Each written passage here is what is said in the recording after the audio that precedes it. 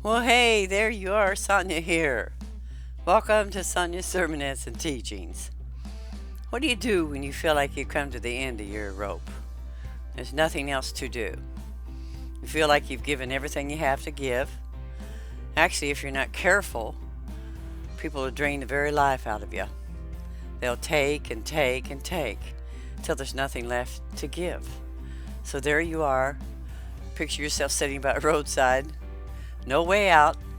Nobody's coming in. Doesn't seem to be any answers. I got a little story to tell you real quickly. There was 4 leopards that had leprosy. And they was outside of town, of course, because they had to be, separated from the people because they were contagious. But God had already had a plan. He already spoke through a prophet and told the king that he was going to do this and do that. Prior to these leopards deciding, they sat there and they asked themselves among themselves, why are we sitting here till we die? Is that what you need to ask yourself? Why am I still in this state of mind and in this situation I'm in and letting things drain my very life out of me? Giving until I have nothing else to give.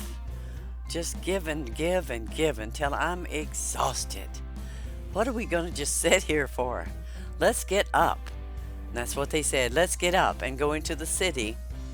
And you know what happened, of course, if you know the scripture.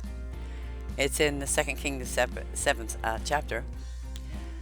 They found that God had already scared off the people that had to camp there, the enemy, and they just left everything. All their animals, all their food, everything, garments and everything.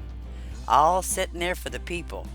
Not only for the people that had leprosy, but the people in the city. Here's what happened. They participated in the blessings of God. See, God took care of those that wasn't even welcome in the community. He will take care of everybody. But you've got to get this determination. Why are we sitting here until we die? Let's get up and let's go see what God can do for us. Rise up out of that. Get a determination, man. I've had enough of this docile, nothing happening, nothing taking place. You can starve to death physically, mentally, and spiritually, and financially. But God has a plan. That's what he had for them. And not only were they blessed, but the whole city was blessed. And the prophecy that the prophet had given had come to pass. So here's the thing. God has a plan for your life, but he wants you to do something. You can't just sit there and think, well, it's not coming. No, it won't. And it's just not going to shower down on me. No, that's not how it's going to work. You've got to say, what am I thinking? Why am I doing nothing? I'm going to be busy of doing something. And if God is in it, it'll work. Let's get up. Let's rise up out of this state of mind that nothing's happening and we're just starving physically, mentally, spiritually. You can be starving spiritually as well. You need a spiritual outpouring of the Spirit of God. You need a feast in the Lord as well as in the natural. Let's get up and let's be busy about the Father's business. I'll be back.